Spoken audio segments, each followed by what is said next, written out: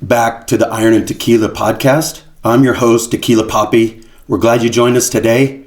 Today we're talking about a very important subject with respect to the veteran community.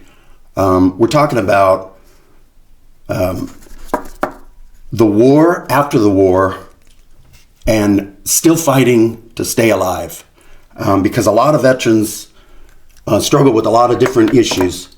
And so we want to talk about some specific veteran issues today because in honor of Veterans Day.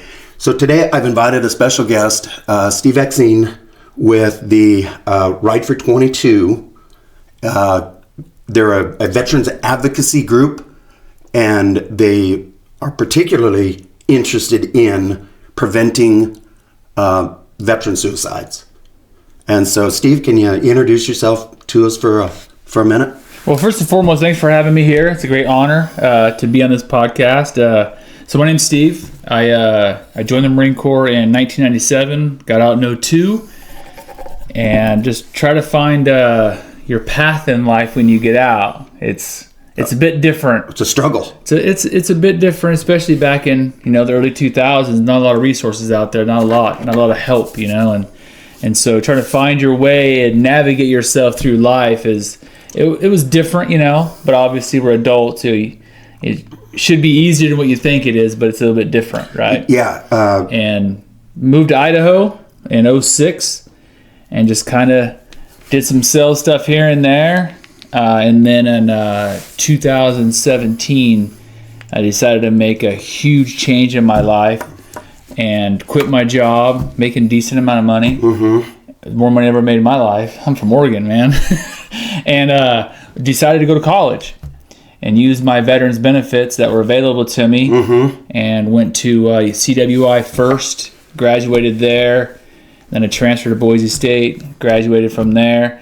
And I had goals when I was going to college. I was like trying to figure out, hey, I just want to graduate. Yeah. Then I figured out it's not as hard as what people think it is. College? Yeah, I mean, it was difficult, but it's not that bad. You got to find a groove, and you got to find kind of like a path, right? Yeah. To navigate through this, especially you're in your 40s, and did end up graduating CWI with honors, which is pretty big for me when you graduate high school with a D+.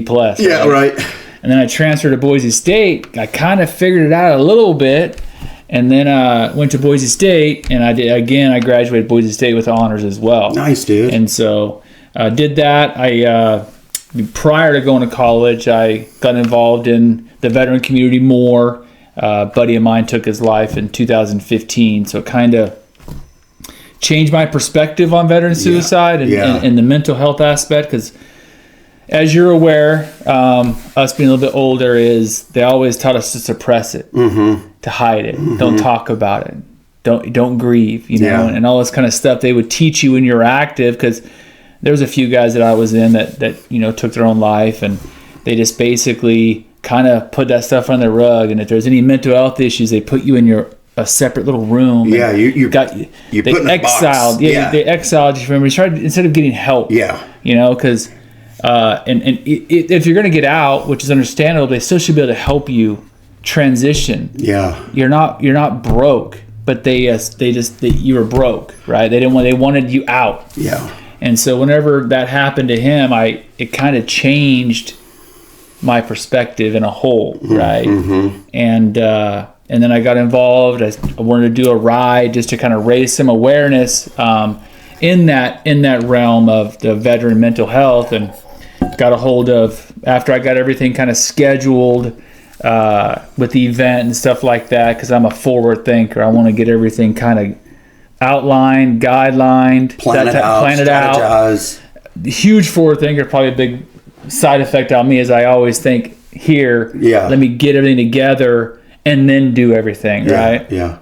And so I once I got everything planned and organized, I reached out to Doug, and because I met Doug through another organization that they do a lot of charity stuff, and reached out to him, and I was like, hey, because I know he was in the Air Force for 20 something years, and I was like, hey, I got this ride going on. Can you help me with it? Yeah. And obviously jumped on. Yeah. So him and I just pounded the pavement. We rode so much in 2016 just to promote this ride. Because getting involved in the riding community is tough to put rides together alone. There's, and April was coming along and reached out to his wife Debbie, and I said, hey, I really don't want to touch any of the money. I like money, but I'd rather just have somebody else manage that. Somebody else manage it. Not because I have issues with money. I just don't want to deal with it. I don't trust these other people, so I trust you. And obviously they were been married for a few years, a lot of years actually. And so they both joined myself and got this ride going on. And now it's history. It's been 10 years and been doing it, and we're like a hub. Well, I started going to those rides about 9 years ago, and I've watched it grow tremendously. And that's a testament to, I think, your influence on the organization and your dedication to making it better every year, because it's huge now. We just try to grow, and it's, us three been doing it for, like I said, for 10 years, and it's being a small local nonprofit like this. Our backbone of this nonprofit is 100% our volunteers. Yeah. I mean, the volunteers, they're there. Mm-hmm. And they just, because we built such a decent, good community, and we don't have any paid staff. Nobody's been paid. Ever. Wow. And so for 10 years, I don't have a salary. Doug and Deb don't take a salary. None of us do. And no turnover. I mean, you guys have all been dedicated and committed to the mission. We know of raising veteran awareness for veterans. That's what we're about. Is when I started this, I was like, I don't want to do prevention. There's a lot of legalities when it comes to prevention and stuff like that. And so there's a bunch of that out there. Yeah. You just got to find it. Yeah. And so that's what we do. We're a hub. Yeah. Well, we were talking the other day about, there's not a lack of opportunity or lack of resources for veterans. Not here in Idaho. No, the VA does tons. The veteran organizations, there's tons of them. There's so many. But there is a the shortcoming tends to be with the awareness, making people aware. So your mission to raise awareness is critical for getting to connecting veterans to the resources that they need. Exactly, and it's not, and we're a little bit different in. We just don't focus on veterans. We focus on families that have been left behind as well. Yeah. And so our mission is veterans and families that have been impacted by veteran suicide, because they need help too. Yeah. Yeah. And so we help them as much as we can. Well, and that's why I asked you to be here today, because, there's an epidemic of suicide across the world. Yeah, it's the number 10 cause of death in the United States, not just in general. Yeah. Yeah, it's crazy. But in honor of Veterans Day, I wanted to broach this topic and kind of put a slant on it and narrow the focus down towards veterans experiences, because this month is Veterans Day, and we're both veterans. We've both lost friends to this epidemic, and so this episode isn't about medals. It's about survival. It's for every veteran fighting demons that the world can't see. And you made a point earlier about you get out of the military, and it's a challenge to transition back into the civilian workforce, civilian life, for a lot of veterans. And some of those challenges are finding a job, finding a new brotherhood, finding resources, and going back to college. Some guys go back to college like you did later in life. And so finding those resources, making the transition can be a real challenge. And because it's so challenging, it increases the likelihood for mental health breakdown for veterans. And so that's what we want to talk about today. The war after the war is real, and guys are suffering. It's challenging to go off to war, and everybody kind of understands that. That's universally understood. But coming back and making the transition back into being peacekeepers, being normal, being normal again, that's a challenge, and it can make life very difficult for veterans, particularly. I wouldn't say just veterans. It makes life for people around them. Yeah, true. Good point. Yeah, Because their family's suffering. And if they don't get out and get the help they need, you're not just hurting yourself. You're hurting the people around you. Yeah. And that's why, the mental health for veterans is it's a silent killer. Yeah. Because it affects not just you, it affects everybody around you. It's a domino effect. Yeah. Yeah. And so that's where we have to kind of nip this in the bud as fast as we can. Yeah. And get these young men and women help. Yeah. And there's help out there. There's a ton of it. There's tons of resources, but back to our earlier point, there's a lack of awareness for the availability of those resources, and so consequently, a lot of veterans, a lot of people, and even the family members of these veterans who are suffering, they don't know where to go for help. Yeah. And it's not you're 100% correct, but you also got to look at social media has made everything harder. Yeah. Right. Yeah. And I'm not saying the VA is perfect. It 100% is not perfect. Yeah. We know that. Yeah. At the same time, there's a lot of resources at the VA, but they get badmouthed so much. Yeah. And yes, and the people that have bad experiences are valid, right? Mm-hmm. But look at the percentage of people that get treated phenomenally versus the people that have some type of issues. Yeah. That you can't justify the majority for the minority. Yeah. And so I'm not, like I said, it's like I've had my issues with the VA as well, but I look at, there's a silver lining, right? Mm-hmm. What have they done? They have treated me phenomenal. Yeah. And so these past, 20 years or so, at first it was different because I was like, oh, the VA's bad because somebody told me it was bad. Right. Well, how do you know it's bad? Yeah. Because John Doe said it's bad. Now you don't want to go. Yeah. Well, I want to go try that hamburger now. In-N-Out or whatever, this hamburger place isn't very good. Well, how do I know? Mm-hmm. Yeah, until you try it. I never even tried it. You got to try it. But you also can't go in there. We have to go in there with an open mind that these are just people. Yeah. And a lot of them are veterans that work at the VA and they want to help. Mm-hmm. But if you don't have the help mentality that you're okay with humbling yourself and being vulnerable, because they want to help you. But you got to be vulnerable. You got to understand that they want to help, but they don't want you to go in there and just be demanding and I'm entitled to these and all this kind of stuff. Yeah. We got to stop with the entitlement attitude. Well, it's funny. You reminded me, I've been going to the Boise VA for over 20 years myself, and I've had really great experiences there. Well, the Boise VA does rate in the top 5 in the nation. It's one of the better ones, and I understand there's some out there that aren't so great. But and my grandpa... go ahead.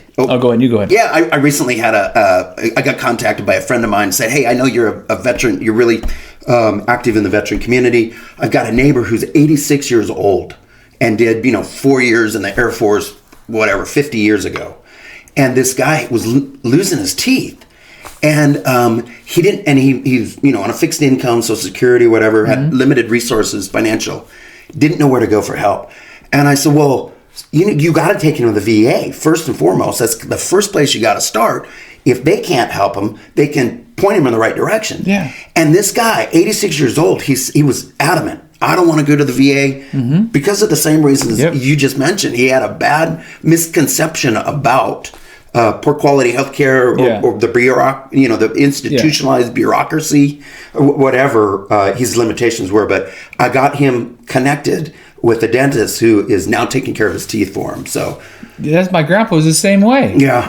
Before 4 years before he passed, he's like, I was told I'm going to lose my Social Security if I get VA benefits. I'm like, Grandpa, it's totally different. Yeah. Your Social Security and the VA is federal. The Social Security is state. And so it's totally different. So you can double dip. Mm-hmm. And so he's like, I said, I got him set up with a VSO to get him service connected, right? Nice. And so, but first step is he was already enrolled in the VA. And he did have a bad experience personally, the one VA in Roseburg, Oregon, because that's not a very good VA.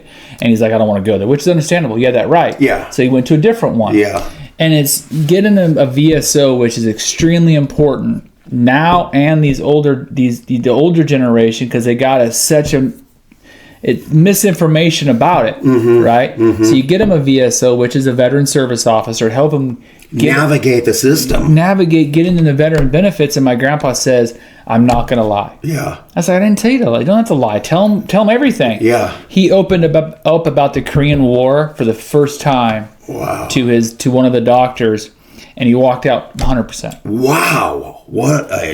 And so, he never talked about the Korean War until, probably 5 or 6 years ago, 7 years ago, whatever it was, and and so it's hard to really, because he's not here anymore, but it's like, what would happen if he'd have got these benefits a long time ago? I was just going to say, the real tragedy of the story is that had he gone to the VA and started that process 40, 50 years ago, he would have had a lifetime of benefit. Because he's not been able to work. Yeah. He didn't work that I know of. I mean, I'm 48 years old, and I can't remember him working because of the Korean War. Yeah. And his severe mental health, his headaches, and all this kind of stuff. And then when he got that 100%, he felt like he was living like a king. Yeah. And it's not a lot of money. Yeah. But it's like, to him, he was used to like living off of like $1,200 a month. Right. If that. And so he got all this, he just felt like it was and it wasn't about just him. And that's what veterans need to understand. It's not about just you. It's everybody around you. Mm-hmm.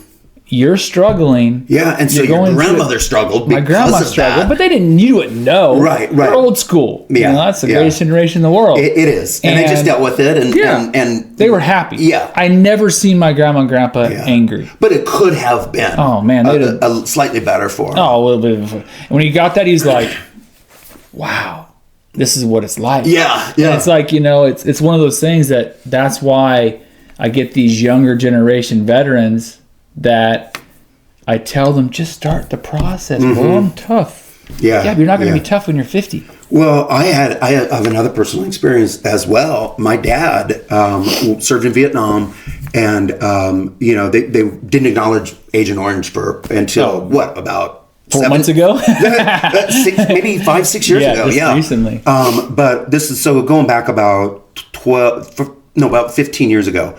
My dad had got COPD and emphysema, and he was unable to work. And he was late 40s. He was about your age, dude. I'm sorry. He was about 55, actually.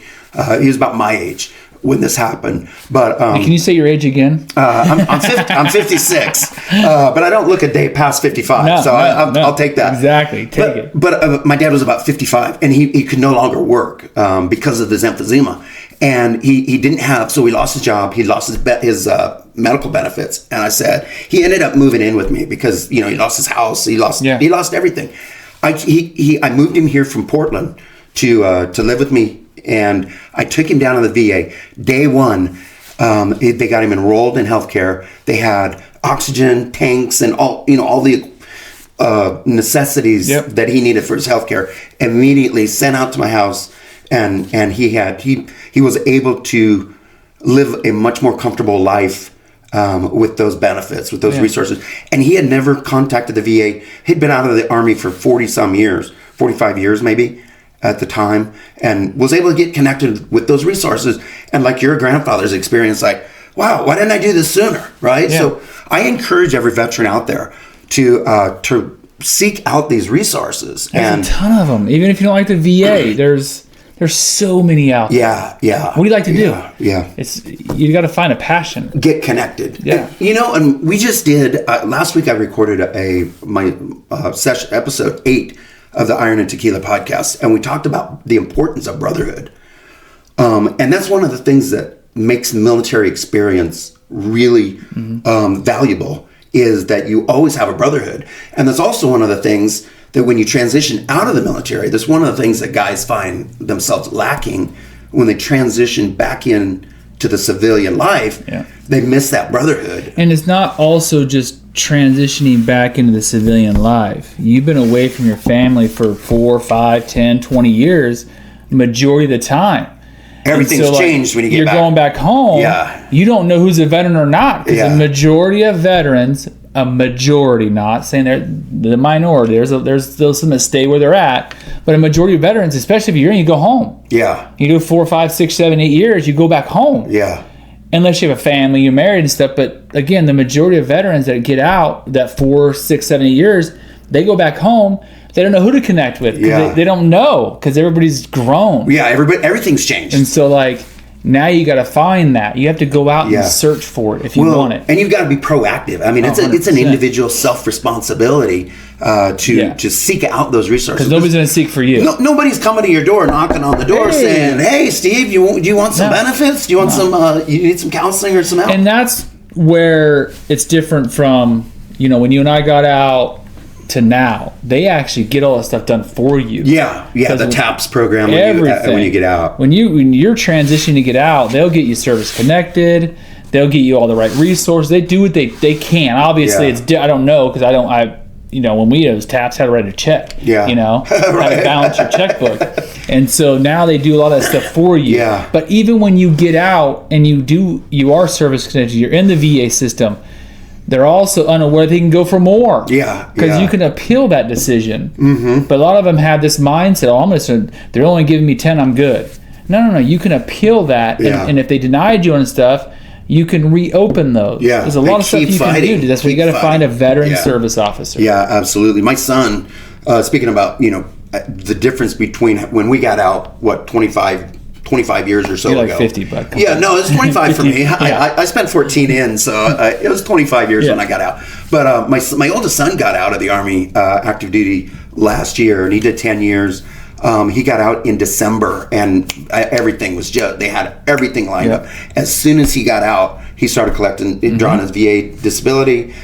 He was 100% rated at that point. Yeah. And so he's had a much better experience because I think because of the struggles we did. Yeah, because we were the guinea pigs of their generation. And when we were the guinea pigs, it's a cycle. Yeah. Korean, Vietnam, Korean, World War II, all this kind of stuff is a cycle. How can we make it better? Yeah. And so Well, swinging back to the subject of the topic of specifically veterans, taking their own lives and what an epidemic that is. I acknowledged at the beginning of this segment that it's a worldwide epidemic. There's a tremendous amount of that kind of thing happening, but it affects the veteran community at a much greater rate than it does the civilian community. And I had some statistics I wanted to throw out here because, you do Ride for 22, and the 22 signifies the 22 veterans a day take their lives. And I've heard statistics everywhere from 17 to 30. Yeah. Whatever the number is, it's significant. It is. And in 2022 alone, 6,407 veterans took their own lives. And that averaged out to about 17.6 veterans a day. You're also not taking consideration active service members. Right. Once you serve so much time, you're classified as a veteran. Yeah. And so we got to also think about the number one cause of death for active service members is suicide. Yeah. And number 2 is combat. Yeah, isn't that crazy? Yeah. I mean, when you put it in that aspect, when you look at it that way, it's crazy that that's a number one killer of American veterans, much more so than wartime activities. But veterans make up about 7.6% of the adult U.S. population, and they account for 14% of all adult suicides. So that statistic alone demonstrates that there's a pretty much you're 2 times more likely to unalive yourself as a veteran than as a civilian. And it's because of some of those challenges that we talked about at the beginning of this segment about the transition, losing the Brotherhood, lacking some direction, having difficulty with PTSD and some mental health issues and stuff. The high rates of alcoholism, drug abuse, divorce rates are higher in the military. All those dynamics they create an environment in which veterans succumb to taking their own lives, and so that community is very exposed to that risk. I've got some more statistics here I wanted to go over. There's 1.7 million veterans seek mental health care each year, and 41% say they need ongoing help. We've talked about the help that's available at the VA. That's just one resource that's available for mental health care for veterans. It's certainly the first place to start. If you're looking for help, if you need help, go to the VA first. If you're not into the VA, if you don't want to associate yourself with the VA, or you have misconceptions, or if you think the VA is not for you, at least start there, and they can point you in the direction of other resources that can help you with mental health issues. So 41% of veterans say they need ongoing mental health, but only 33% are actually getting that help. So we're going to take a quick break. We're going to come back and talk about some of the resources that are available for veterans. Join us in the second half of this segment. We'll see you soon.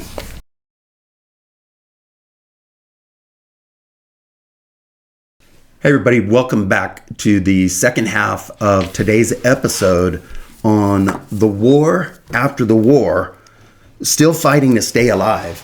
And before the break, Steve and I were talking about some of the statistics that are where veterans are affected to a much higher rate than the civilian sector. We left that last segment with a statistic that only 23% of the 1.7 million veterans in America are getting who need mental health care are actually getting mental health care. So it's still an epidemic.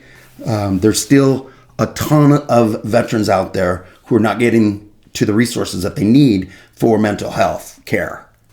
And not just on that, it's something that a lot of people don't realize is, when you lose on an average, 20 plus veterans and one active service member to suicide each day.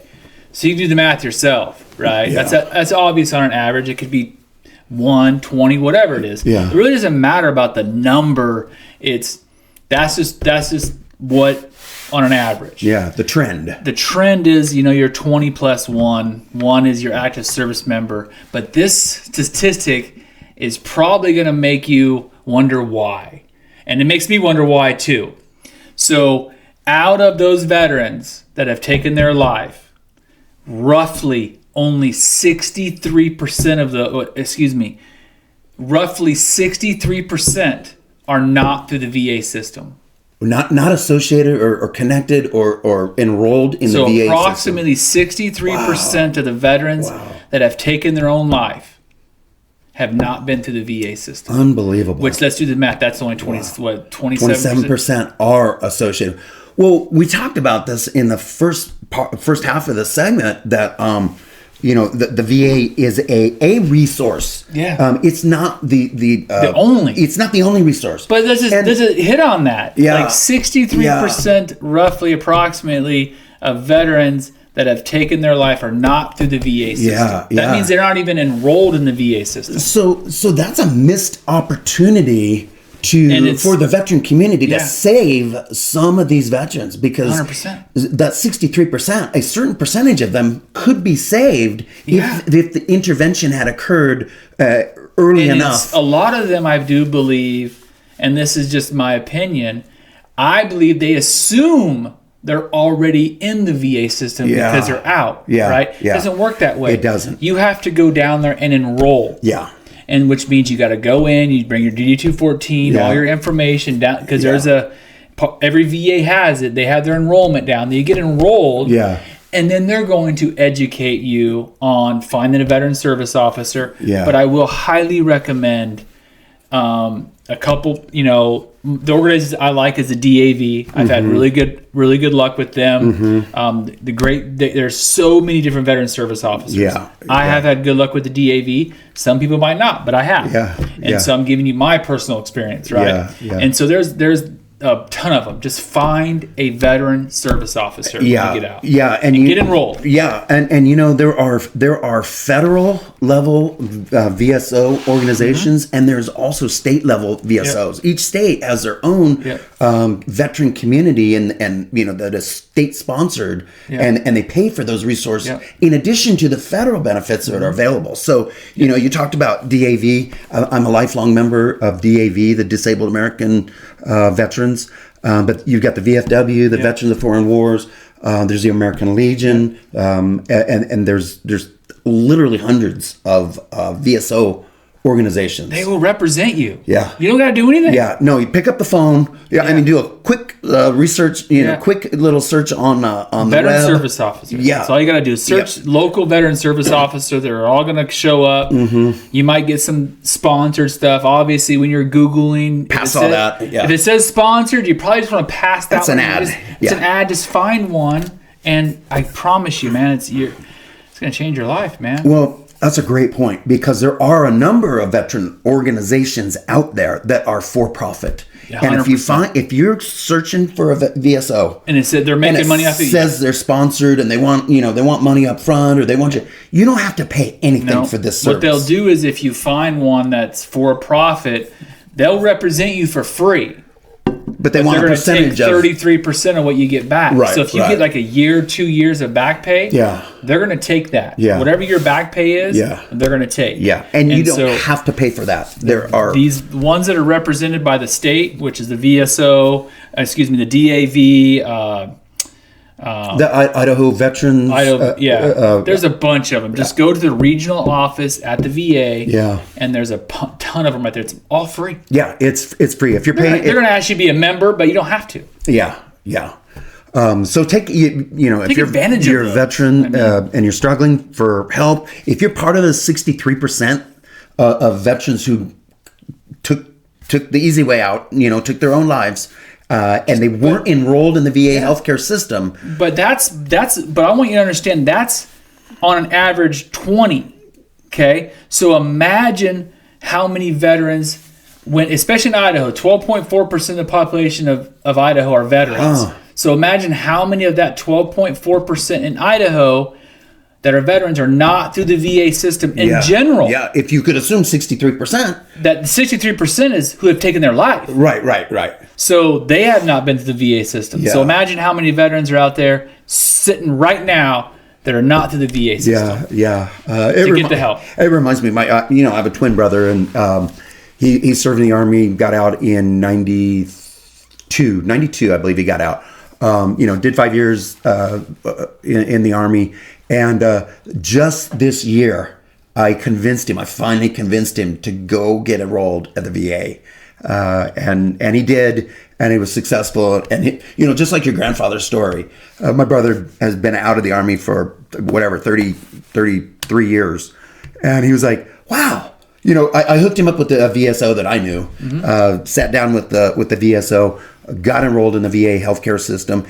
So now he's getting some of his healthcare issues taken care of. But then additionally, he was able to qualify for some VA disability. That again, had he taken the time 33 years ago to apply for that, he could have been receiving those benefits for 33 years. Mm-hmm. And it's a tragedy that so many veterans don't take advantage of the resources that are available to them. There's a bunch out there. Yeah, there's a ton out there. So if you're part of this, percentage of people, a percentage of veterans out there who have not gotten enrolled in the VA healthcare system or gotten access to their VA benefits, start today. And it's not just you. A lot of these guys, the people around you get affected by that. If you have kids, if you have a wife and you don't retire, you can potentially get them health care. Mm-hmm. So like if you don't do retirement or medically retire, you don't have TRICARE, you get some of these benefits, you're able to now have those benefits will transfer over to your family. Like my daughter, she gets Chapter 35. Yeah. So basically she gets all the veterans benefits.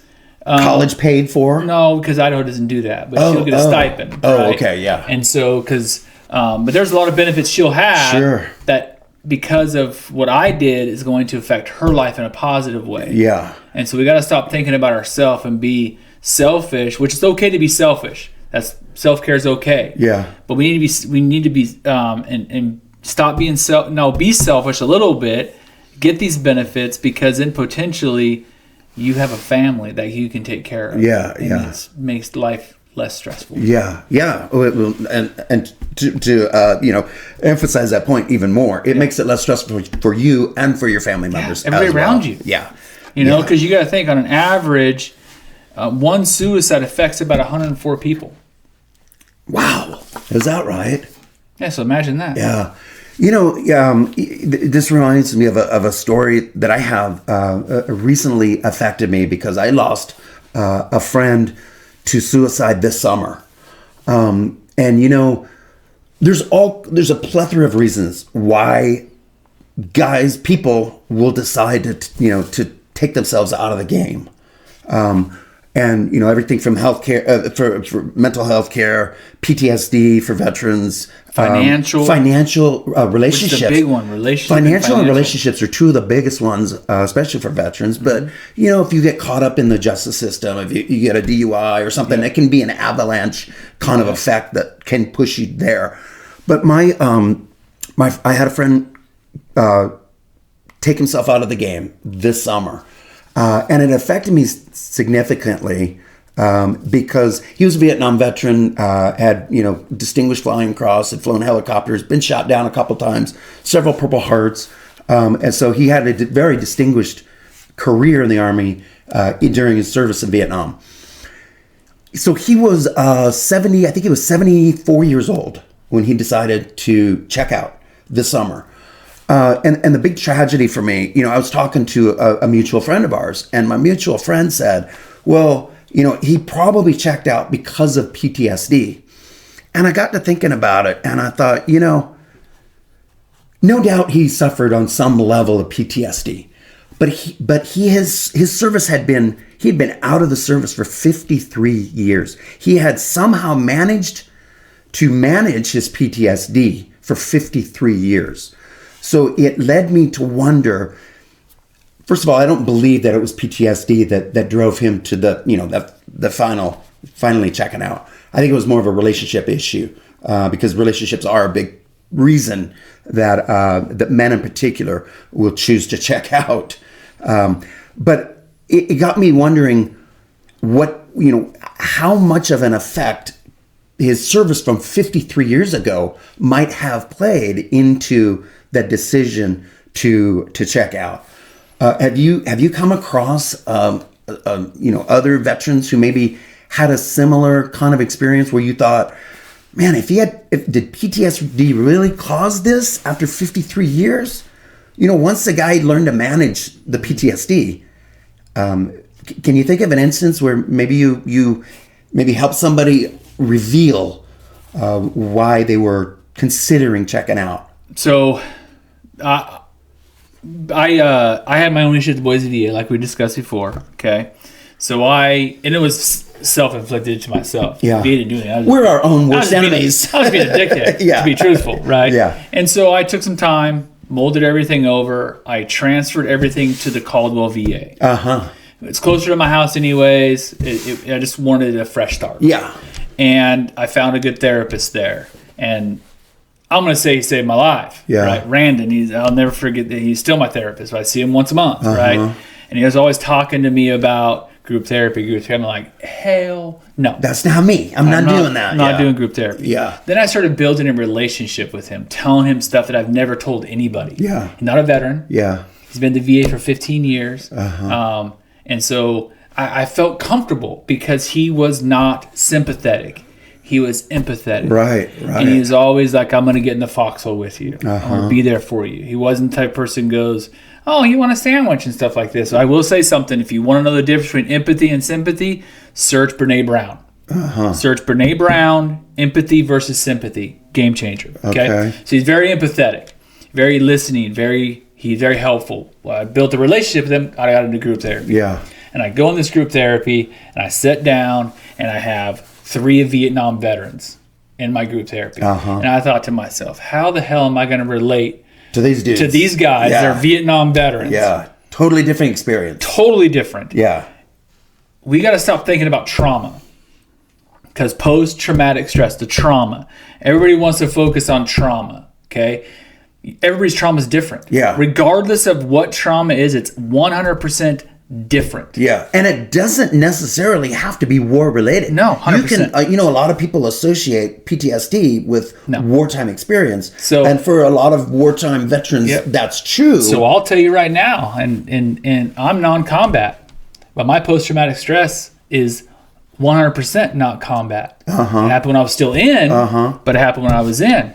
And so I'm sitting there thinking to myself, how can I relate to these Vietnam guys? Yeah. Combat or not, is we focused on the branches of what trauma does, which we all can relate to. Trauma is going to be different, just like everybody grief's different, right? Yeah. So trauma is different for everyone. We got to focus on the branches, the depression, anxiety. And we're thinking about, well, shit, I had this. I had this. Right. I have me. Isolation. We all have these that the trauma causes, which is the branches of trauma. Right. That's what we focus on. That's the commonality. Yeah. And so when you bring up your neighbor, which hit me at tenfold, the guy across from me, actually he's from my same hometown. Okay, just a small world. He was a principal like a mile from my house, right, the school. He never talked about Vietnam War. Yeah. He found a way to suppress it. Yeah. Which is one of the worst things you can do. Yeah, because we were always taught, put it in Pandora's box. Right. It's going to go away. Compartmentalize it, put it in the back. Put it in the back of the head. And don't deal with it. And then he had an incident. He got into a car accident. And it triggered Vietnam. Experiences, yeah. Because the fire and stuff like this, it just triggered ripple effect, right? Yeah. And that's what made him start going to therapy. We'll get into group and stuff. And he talked about, because when we went through what's called cognitive processing therapy, which we didn't talk about trauma. We talked about stuff that happens that triggers you, and then you analyze it all, and majority of the time it's you. Yeah. It's you, it's just you, and you break it all down, right? And once we finish this topic of the cognitive processing therapy, which is trauma therapy, which is extremely tough, then we started talking about our trauma and what started it. For that 8 weeks, we didn't talk about trauma. Yeah. We talked about fixing it, the branches. And then we talked about trauma, and I'm in tears. He's telling his story. He goes, this is the first time in 50 years I've ever talked about what happened in Vietnam. Yeah. My wife doesn't even know. Wow. And so you can see a sigh of relief. Yeah. Like it hit me in my soul. Just this weight coming off of him. Yeah, then you're sitting there, well, how can I even talk about my trauma compared to his? Right. The stuff he said is like from a horror movie. Right. But he was like, he felt like, then he was like, what do I do from his situation? I said, you know what, I will recommend this. I'll find some resources for you. Have you ever thought about just writing the VA? Not the VA, writing the Navy and tell them your story? You might not get a reply back. Yeah. But have you ever just thought about putting everything on paper of what you just said and just write it down and send it to the Department of the Navy? They have a department that talks about the stuff he experienced. Yeah. Was very, very against the law, what they did. And so I won't talk about what obviously, but I said, have you ever thought about just writing the Navy and getting this stuff off your chest? Because you've been suppressing it for 50 years. Yeah.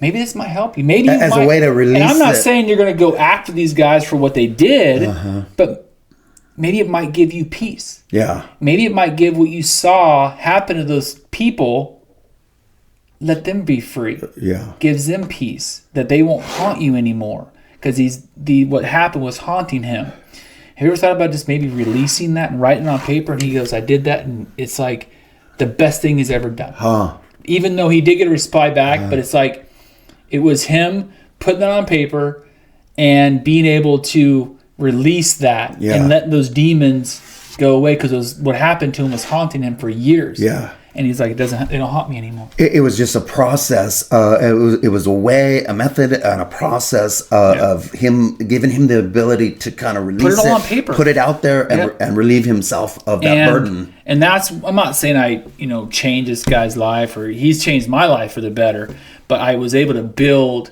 a relationship with him. So he trusted me and I trusted him. And I can call him right now. He'd come right down and have coffee right now if I was struggling. Yeah. Any Vietnam guy. Yeah. Can't even relate. Yeah. But we built such a good relationship and a bond that's why I believe in group therapy now. If you have the opportunity to go to group therapy, don't go in there and focus on the trauma and try to be and see which one's worse. Because at the end of the day, trauma's trauma. You're not going to get rid of it. It's not going to go away. Yeah, Let's focus on those branches of what the trauma causes that we all can relate to. We all have isolation. We all have depression avoidance. And we all have anxiety. All this stuff, suicidal thoughts, all this stuff we have, but the trauma caused it all. We need to stop focusing on trauma. And it's like a swinging of the manlyhood. My trauma is worse than yours. Well, is it? Yeah, let's talk about that a little bit more, because there's a social stigma attached to particularly men, and more particularly veterans, because most veterans we consider ourselves manly men, and so the tendency is to suppress and compartmentalize and disassociate yourself from the trauma as a means to still be a manly man, and to present yourself as someone strong. But the reality is, you can still do all that. Well, you can still do all that, but if you do all that, it makes you stronger. If you come, fast forward 50 years, and if you haven't dealt with it properly, you will find yourself in a situation where you're in triggering events, and it'll just cascade like an avalanche on top of you. And ever since he let that out, his relationship with his wife is better. Like he's just, you can see he's happier. Yeah. Right? He got that.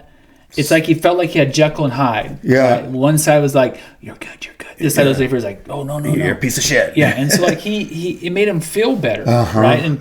And it's weird because you typically do group therapy and it's over. We're one of the only sessions at the VA, the only ones that have continued to be together for over 3 years. Is that right? So every Tuesday, I think it's like 10 o'clock in the morning, we meet for an hour, hour and a half. And it's the same group, 10 of us. And we have our same therapist is in there. Now, we control 90% of it. He controls 10. When you're actually in session, he controls like 95 and you control 5. Okay. And so right now it's just us. Talk about our day, talk about our week, what's going on. Yeah. Well, and you know what? I kind of touched on this earlier, and again, our last episode 8 of the Iron and Tequila podcast, we did a segment on the importance of brotherhood, and this is just another form of brotherhood that you have with this group of in the group therapy. You've established this level of brotherhood that is part of your healing process, part of the process for dealing with trauma and some of the challenges that will lead other men who aren't seeking this type of therapy or this type of brotherhood. It will, if they're not seeking that, if they're not engaged with a brotherhood or with therapy or other resources, they have a greater likelihood of succumbing to the inclination to check out. It's okay to be vulnerable, man. It took me a long time to realize that, because like you were saying, is a sign of, we always thought of it as a sign of weakness. Yeah. But actually, it's the total opposite. Yeah. Dealing with it is a bigger sign of weakness. Yeah. Dealing with what's going on up here. Yeah. And finding something to get you, to help you, is actually makes you stronger. It does make you stronger, and we had an earlier episode of our podcast too, where we talked about that. Yeah. You're not weak for struggling, because we all struggle. You're weak for hiding from it. You're avoiding it. If you're hiding from it, you're avoiding it. You're not addressing it, and it continues to have its negative effect on yourself and your family members. This is where you cannot be selfish. Yeah. Because you're not just affecting you. Yeah. You're affecting everybody around you. And that's where you got to, you have to. There's no doubt in my mind. If you're struggling, you put your hand out there, someone's going to grab it. Yeah. Promise you that. Yeah. Especially in the veteran community. It might not be some you even realize will put their hand out. Yeah. But they're going to put their hand out there. Yeah. But if you just keep your hand to yourself, how do I know you're struggling? Yeah. But if you got to be willing to want the help. Yeah. Well, you ever tried to hold your own hand? It's not the same value as it's like the dating life. If you walk around holding your own hand, you're gonna be like, it's not the same. It just it feels good. For a minute, but it's not really financially stable. Yeah, you're not getting the same value that you would from leaning on others who maybe have the same experience or can guide you in a direction that is more beneficial. And so I know we're on crunch time here. So you know who Dakota Myers is, right? Yeah. So I follow him. Great stories. So I did post a stupid funny video. He ended up liking my video, which I'm thinking, Dakota Myers don't like my video. Well, all of a sudden I followed him because and he follows me back. Yeah. And I'm like, Dakota Myers. That means the guy's a Medal of Honor winner, right? And I'm going through his stuff, and dude's super funny. He does a lot of stuff, and he has his apparel brand. I'm not trying to pitch his apparel brand, but it really inspired me because his apparel brand is Own the Dash. A lot of people think the dash in between the life when you were born and the death is that dash is just there. Yeah. No. We've got to. That's where you live. That's where you live, man. You got to own it. Yeah. And conquer that dash. And it really resonated with me because it made me realize that I want people I want to own. That's your legacy. That dash is your legacy. That's where everybody's going to remember you by. Is the in between. Stop focusing on my birth. Nobody cares about that. I was an ugly baby. I don't want to focus on my death. I don't want people to focus on either of those. When my clock punches, I don't want them to focus on birth or death. Yeah. I want them to focus on my dash. Yeah. What did he do in between those Who periods? did he or she impact? Yeah. That's what we need to focus on.